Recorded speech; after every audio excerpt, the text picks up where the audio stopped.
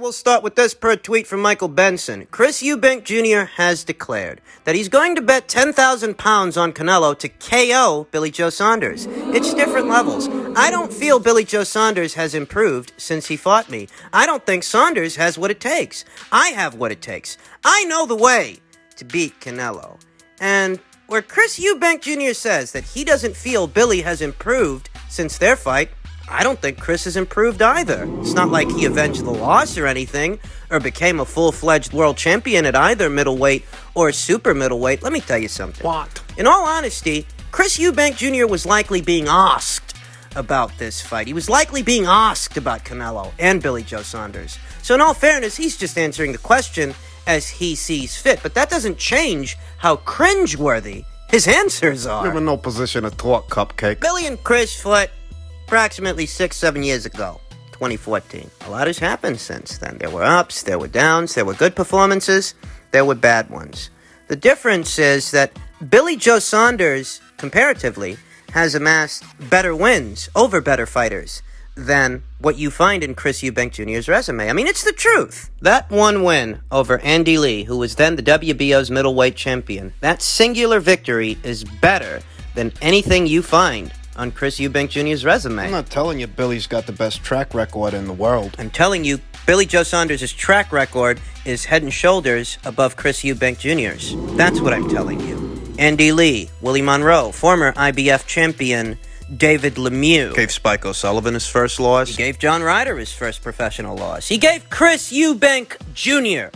his first professional loss. And what has Chris Eubank Jr. done since then? Chris Eubank Jr. never actually became a full-fledged world champion at middleweight the way that Billy did. He tried to become a super middleweight champion, and he failed there too. I will admit that the guy that Chris fought for a world title is a lot better than the guy that Billy Joe Saunders fought for a world title, super middleweight. You know, Chris fought George Groves. He was attempting to pry away that WBA title from him, and he came up short. Whereas Billy fought for a vacant title against the very unheralded Shafat Isufi. You know, he fought that guy, beat that guy. I haven't seen that guy since. I don't know where they found that guy. Where the fuck did he go? So, I mean, I guess we can give Chris some brownie points there. Though, can we? Can we really? It's not like he beat George. He lost.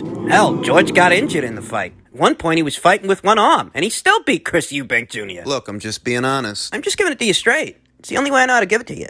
When I hear Chris Eubank Jr. talk about Billy Joe Saunders in this context, Talking shit. saying things like, I don't feel Billy has improved since he fought me, I don't think Saunders has what it takes, I have what it takes, I know the way to beat Canelo. Break. This is the stuff that immediately comes to mind.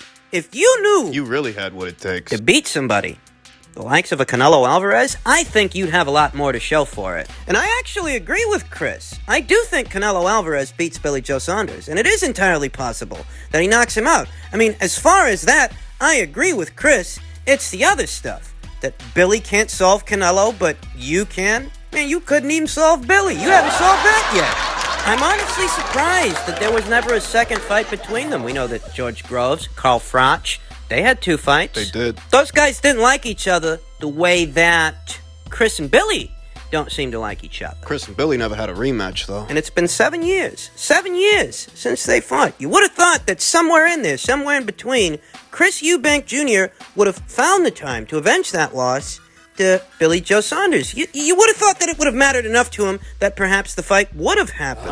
In the last 7 years, there have been pockets and windows of opportunity for Chris and Billy to, maybe stage a rematch. Because they both have had their dry spells the last 7 years. They have. I just don't think Chris is in any position to talk. That's really what resonates with me the most. It's not like Chris Eubank Jr. took the boxing world by storm after having suffered his first professional loss to Billy Joe Saunders. And it's not like he did it after he suffered his second professional loss at the hands of George Groves. Billy Joe Saunders, for all his faults, all his drawbacks, he still managed to get himself in a position to get a big fight. Chris Eubank Jr. has not. He's been largely, in part, pissing the time away, bouncing around from one place to the other. He fucked up that Golovkin fight. That should have been him, not Kell Brook, that got that shellacking from Gennady Golovkin all those years ago, and now he aspires to face a much older Gennady Golovkin in 2021. I think that Chris Eubank Jr. is lacking a lot of tact. In more ways than one. In more than one area. Let's hope that this recent partnership with Roy Jones Jr. proves to be fruitful, and that Chris Eubank Jr. can do something of note that warrants this kind of candor, because right now, the most it is cringeworthy. Shut up, you cunt! In other news, per tweet from Cynthia Conte, Gerwin Ancajas had this to say ahead of his next ring appearance on the undercard of Ennis vs. Lipinets. My career-defining fight would be against Chocolatito Box because he is my idol. And for what it's worth, I don't doubt that Gerwin Ancajas idolizes someone like Chocolatito, someone who's had that kind of a career, a 4-division champion who's fought in some great fights, had some ups, had some downs, but ultimately is a very accomplished fighter already. I don't doubt that Gerwin Ancajas views Chocolatito through rose-tinted lenses. He probably does. But as far as fighting him, I can tell you, that ain't gonna happen. You can fucking forget it. You see what side of the street he's on. You see where he's set to make his next ring appearance. On the PBC side of things, over there on Showtime. On a card that's being promoted by Tom Brown, which is just another way of saying Al Heyman. It being that Gerwin Ancajas is a world champion himself, the reigning IBF champion in the super flyweight division. He's bound to get asked about fights with those kinds of fighters like Chocolatito, by interviewers, and much like what we just discussed with Chris Eubank Jr., in all honesty, he's probably just answering questions, but that doesn't change that his answers are cringeworthy. That applies here with Gerwin Ancajas. There's no fucking excuse for this guy. Chocolatito and Juan Estrada have fought 2 times, okay?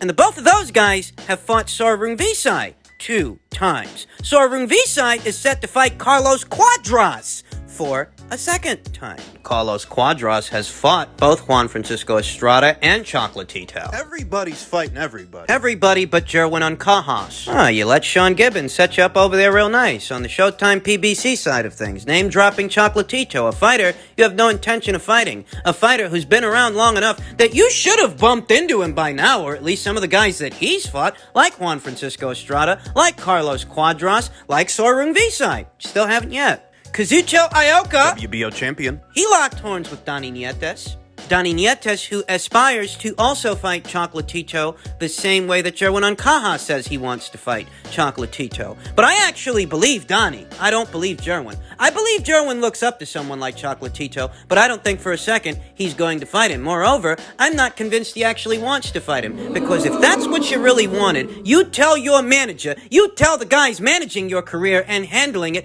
that those are the fights that you want, so set it up! You think he ended up over there by accident? I don't want to confuse anybody here, but it's not that going to the PBC closes the door on getting fights with Matchroom fighters. The people at Matchroom are actually willing to work with the PBC to make fights happen. We know that because they've made several offers to several PBC fighters. It's that going to the PBC... When do you go to the PBC? It's not because you want to fight those fighters. Matchroom is willing to work with the PBC, but the PBC is not so willing to work with Matchroom.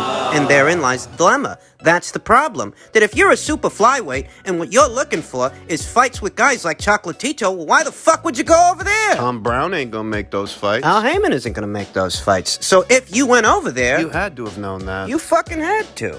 Hey, Gerwin's the fighter, and if what Gerwin wants are unification matches, why the fuck would Sean Gibbons have him over there fighting on Showtime? There aren't any other super flyweight champions on Showtime, and we already know what the PBC's island policy is. You sent that guy over there. You sent that guy over there to isolate him from everyone else. The same thing you did with John Riel Casimiro. I've been telling you guys for weeks. I've been telling you guys for months. I think I've been telling you guys for a little over a year now. Oh, Gerwin Ancajas says that his career-defining fight would be a fight with Chocolatito. Well, I guess he's never going to define his career because that fight isn't going to happen.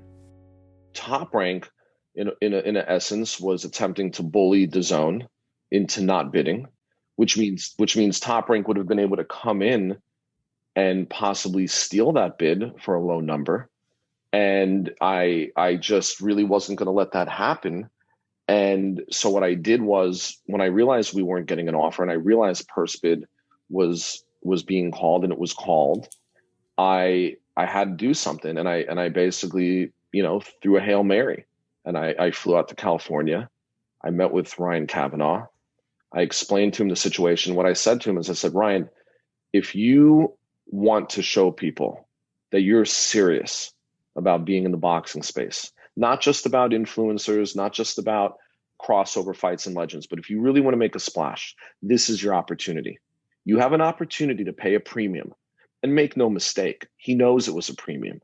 This wasn't like I sold him a bill of goods, but in order to really secure that opportunity and show people that you want to make a statement, that you want to be disruptive, that you're going to have to bid this type of number. That is courtesy of Mike Kopinger's podcast, and that was one Peter Kahn, the chief boxing officer for Triller, diving into their plans for boxing, how he engineered the Teofimo Lopez versus George Kambosos Jr. fight, landing on Triller, and more. Peter Kahn confirmed a lot of what I told you guys weeks, months ago. Though you really do have to have at least half a fucking brain cell to understand it. That regardless of what amount of money the people over there at Triller were willing to put up for the Teofimo Lopez versus George Kambosos Jr. fight, they didn't put that money up because they thought the fight was worth it. They put that money up to make an impression, to make a statement, because that fight in and of itself ain't worth that much. And that was Top Rank's problem with the whole goddamn thing. Teofimo Lopez wants a certain dollar amount for this fight, but this fight really isn't a big fight. I'll say it again, I think they mishandled the situation. I think they could have went about things a little better than what they did. Better still, the crux of it all is that Lopez versus Kambosos Jr. is not a big fight. The people at Top Rank knew that. And the people at Triller knew that too. They know it now. I mean, why do you think he's classifying the money they put up as a premium? Why do you think he's saying, I didn't sell Ryan Kavanaugh a bill of goods? There's no illusions. They knew what they were doing, and they knew why they were doing it. And they weren't doing it because Lopez versus Kambosos Jr. is such a hot fucking ticket. They wanted to send a message to Top Rank. They wanted to send a message to Matchroom and DAZN and the PBC and Fox and Showtime. They wanted to send a message to every other outfit that's out there that there's a new player in town, new kid on the block, with a lot of money to throw around. That's the same fucking thing DAZN did when they got here. Before anybody even knew what Triller was. DAZN comes around here waving all that big cash, making all those big offers. Do you really think that Mikey Garcia versus Jesse Vargas was so hot a ticket that Mikey should have walked away with $7 million from that fight? Look at the amount of money they were willing to put up for Davis versus Farmer. Look at it. This goes back to what I told you before. Just because the people over there at Triller are willing to put that amount of money up, that doesn't mean that that fight is actually worth that much. We don't actually know what the fight is worth until people pay for it. Then we'll know whether or not it's a $3 million fight, a $4 million, $5 million, $6 million fight. Then we'll know once people have to pay for it. Because the simple act of Triller putting up that amount of money for that fight, that don't tell us what the fight is actually worth. We don't know what the fight is worth until people start spending money. Now, do you think Lopez versus Kambosos is a pay-per-view worthy fight? Hypothetically speaking, let's say that between Team Lopez and the people over their Top Rank, let's say they settled things amongst themselves. And let's say that the fight never went to purse bid.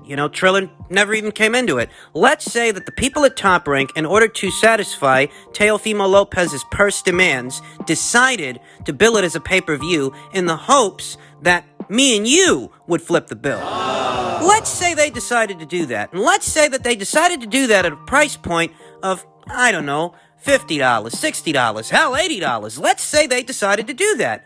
Would you buy the fight? Be honest with each other and be honest with yourself. Because I'll tell you something, even if you're not, even if you decide to lie, say that you think this is a pay-per-view worthy fight, the numbers themselves for what other pay-per-views have been out there, they won't lie for you. A unification match between Jermel Charlo, Jason Rosario, a doubleheader featuring both the Charlo brothers, both who are more well-known than George Kambosos Jr. That pay-per-view couldn't crack 200,000 buys. Errol Spence Jr., the resident cash cow of the welterweight division, he couldn't crack 300,000 buys with his fight against Danny Garcia. And what the hell did Gervonta Davis versus Leo Santa Cruz do on pay-per-view? That didn't crack 300,000 buys either. What, so you think Lopez versus Kambosos would have done better? Not on ESPN. No way. So to the people over there at Top Rank, it didn't make sense to overpay Teofimo Lopez for a fight they knew wasn't a big fight, a fight that they knew